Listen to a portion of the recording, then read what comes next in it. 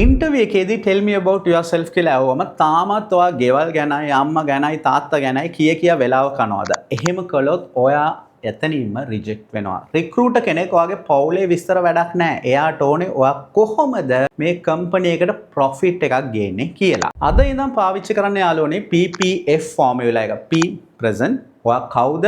P past ඔයා කරපු ලොකුම වැඩේ මොකද්ද? නම්බර්ස් එකත් එක කියන්න. F future ඇයි ඔයා මේ ජොබ් එකට එන්නේ කියලා. For example, I'm management graduate specialized in marketing. Last month I led a project that increased our sales by 40%. I have been following your growth and I am eager to bring that same success to your team. දැක්කද මේ answer එකේ තියෙන ගැම්ම? එක present මම management graduate කෙනෙක් කියලා පෙන්නනවා. මම මේ දැන් කරන එක. දෙක මම නිකම් වැඩ කළයි කියලා කිව්වේ නෑ. මම සේල්ස් එක 140කින් වැඩි කළයි කියලා නම්බර් එකක් එක්කම මම කිව්වා. 3 ෆියුචර් එක මට ඕනේ සක්සස් එක ඔයාලගේ කම්පැනියටත් මම ගේන්න කියලා. අන්න ඒ විදිහට තමයි යාළුවනේ ප්‍රොෆෙෂනල් උත්තරයක් හදන්න ඕනේ. ගෙදර දොරේ වැඩ කටයුතු ගැන, ගෙවල් ගැන නම් මේ දැම්ම කතා කරන එක නවත්තන්න. ඒ වගේම තමයි රස්සාවක් වань ගොඩාක් දෙනෙක් දැනගන්න ඕනේ සම්පූර්ණ වීඩියෝ එක මගේ channel එකේ link එකේ තියෙනවා පහලෙන් click කරලා දැන් මම බලා ගන්න.